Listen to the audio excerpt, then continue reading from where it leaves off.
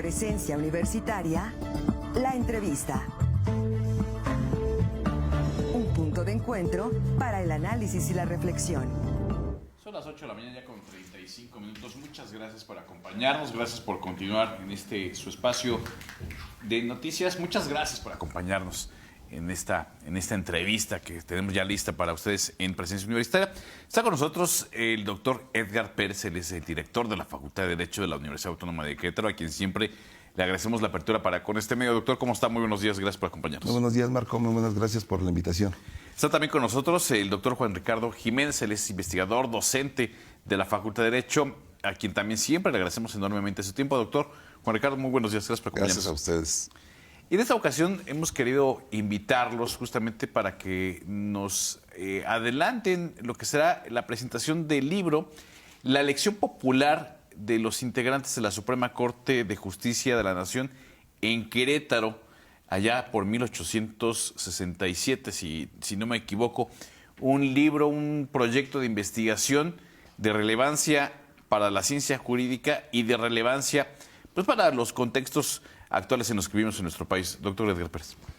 Gracias. Sí, este libro es una investigación, un estudio muy importante que recoge documentos, recoge una parte histórica de nuestro Querétaro, de esta participación en la conformación de la Suprema Corte de Justicia de la Nación de esta época, e incluso habla también sobre la constitución de la Suprema Corte de Justicia en esta parte ya después de la época colonial, en donde empieza la instalación de la República. Ahí es donde parte, ¿no? Y vienen los documentos, el estudio de cómo se da esta integración de los llamados magistrados en esa época, que eran los miembros de la Suprema Corte de Justicia de la Nación, ¿verdad? Del fiscal, incluso del procurador general, que también se elegía a través de la votación. Ahora, doctor Jiménez, preguntarle cómo se toma la determinación de que se integre la Suprema Corte a través de la elección popular y cuál era el método que se utilizaba en ese entonces. Sí, hasta 1857, que recupera el país el formato federal, había una reacción en contra del mecanismo de designación que los gobiernos centralistas habían practicado, que era una decisión que estaba prácticamente en manos del presidente de la República, aunque intervenía la propia Suprema Corte y el Congreso de la Unión. Antes, en la Primera República Federal, las legislaturas de los estados votaban por los magistrados de la Suprema Corte.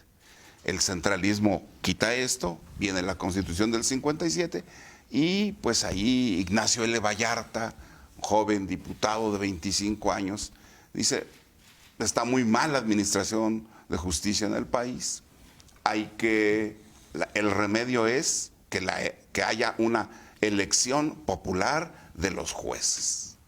Y entonces comienza este proceso, viene la Guerra de Reforma, luego el Imperio, y prácticamente hasta 1867 se regulariza este proceso.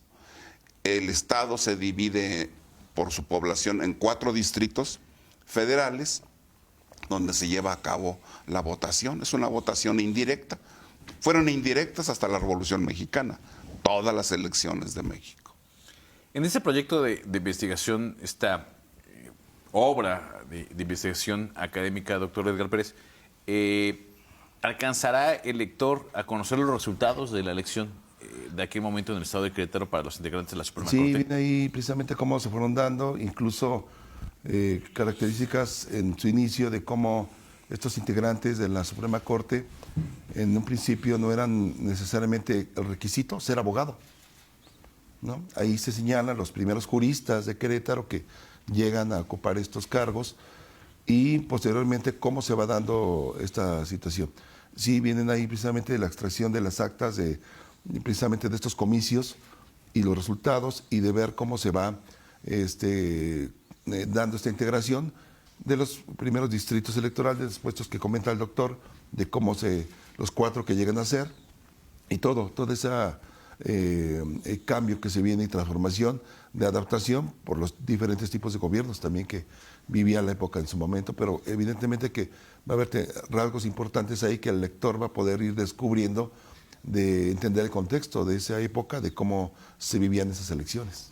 Ahora fueron bastantes años, fueron del 67 a 1912, fue un periodo bastante largo, doctor. ¿Cómo funcionó esta elección popular? Pues para unos es muy largo, para otros es muy corto, pero lo más importante es que hubo 27 procesos electorales para nombrar integrantes de la Suprema Corte. 27. ¿Por qué 27 procesos electorales? Porque en cuanto había una vacante, la única manera era convocar. A elecciones. El Congreso de la Unión convocaba al pueblo de México a un sustituto, a un nuevo funcionario. Llegaba la convocatoria, el gobernador del estado publicaba por bando el decreto y a su vez ordenaba que se diera cumplimiento y giraba sus instrucciones. Y entonces empezaba la organización. ¿De quién dependía? Básicamente de los prefectos de los distritos, a los que les tocaba ser cabecera, porque no coinciden los 6 distritos locales con los 4 federales. Había elecciones a nivel de sección, había que repartir, empadronar a la gente. Luego en cada sección se hacía una asamblea en donde salían por cada sección representantes que van a una junta municipal donde se eligen 2 o 3 electores que comparecen a la cabecera de ese distrito a votar. ¿Cuántos eran? En algunos casos 20, llegaron a ser hasta 120 electores. Y ahí, pues el que instala la mesa es el prefecto, la mesa elige, los concurrentes electores eligen su mesa, se nombran comisiones revisoras de credenciales y de actas, y en la siguiente sesión se hace la elección, se vota por candidatos. Le decía el doctor, pues sí, tenemos candidatos como Porfirio Díaz. Llegó a votarse por Porfirio Díaz. ¿Llegó a votarse por Porfirio Díaz? Sí, claro. ¿Por ministro, por ser magistrado de la Suprema Corte? Por Justo Sierra. Hay todos unos personajes de la época. La Fragua. Toda una... bueno, es importantísimo. Nosotros queremos comentar eso. Las actas proporcionan todos los detalles. Se postula, se cuentan las boletas y ahí se declara. Se declara postulado en ese momento el que pues la asamblea de delegados es la que decide. Y las actas se envían al Congreso de la Unión, quien hace el cómputo y declara quiénes son Los ganadores. Esta obra académica, doctor Edgar, se estará presentando ¿dónde y cuándo? El día de mañana en el aula forense tenemos ya ahí la invitación para todo nuestro público que pueda seguirla a través de las redes y también ahí de manera presencial en el aula forense, para que ahí junto con el doctor Juan Ricardo estará comentando la doctora Celia Maya como comentarista de la obra, y también Carlos de los Cobos, el magistrado del Tribunal Electoral del Estado de Querétaro. Ellos estarán haciendo comentarios a la obra y estaremos haciendo de conocimiento a nuestra comunidad académica. Mañana, aula forense, ¿a qué hora, doctor? Es a las... Arana Morán. ¿Arana Morán? En Arana Morán. el aula José Arana Morán. Arana Morán, sí. Y son 5 de la tarde. No, a las 11 de la mañana. 11 de la mañana. 11 de la mañana. Mañana en el aula José Arana Morán, 11 de la mañana, Facultad de Derecho, aquí en Centro Universitario. Cierto. Una muy interesante obra académica justo en el contexto en el que estamos viviendo actualmente. Sí, tiene rasgos muy interesantes que irá conociendo el lector, como lo que comentaba ahorita el doctor, que las elecciones de estos integrantes pues no eran periódicas, 3 años, 6 años, no, es que el nombramiento era vitalicio, a perpetua. Entonces, quien fallecía, pues, y viniera la vacante, tendría que elegirse, ¿no? O algún cambio por renuncia de ese tipo, pero pues permanecía. Entonces, tiene estas situaciones interesantes. También ver que las elecciones, pues, había por unanimidad, eran votaciones muy claras. Entonces no había conflictos de impugnaciones o el órganos margen que de tuvieran triunfo que era revisar. amplio entre los candidatos. Entonces, pero se llevaba todo este ejercicio, que es lo importante, de la formalidad y de legalidad que le daba precisamente el reconocimiento a nuestras instituciones, ¿no? ¿Y dónde se puede conseguir el libro? En la edición, básicamente, de acuerdo ahora a las nuevas políticas editoriales, es digital. Ya está en el fondo editorial de la Facultad de Derecho, ya está disponible. Se puede descargar ahí. Libremente se puede descargar. Gratuito. Gratuito. Y pues solamente se hicieron algunos ejemplares digitalmente para efectos de mostrarlo, pero básicamente nuestra idea es lo digital. Ya está. En este momento ya está, creo que esa es la idea y sobre todo para compasarlo con el momento que estamos viviendo.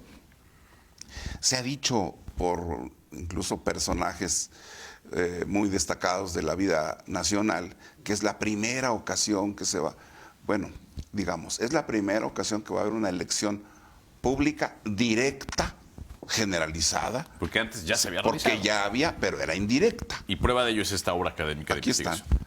27 elecciones en Querétaro. Pues bien, les agradecemos a ambos que nos hayan compartido esta invitación. Rápidamente, si nos pueden reiterar, es mañana, 11 de la mañana, José Aranda Morán, Facultad de Derecho. Así es. Pues ahí está la invitación. Muchas gracias. Muchas gracias al doctor Edgar Pérez, director de la Facultad de Derecho, y al doctor Juan Ricardo Jiménez, investigador y académico de la Facultad de Derecho, evidentemente de la Universidad Autónoma de Querétaro. Una muy breve pausa y vamos con más información.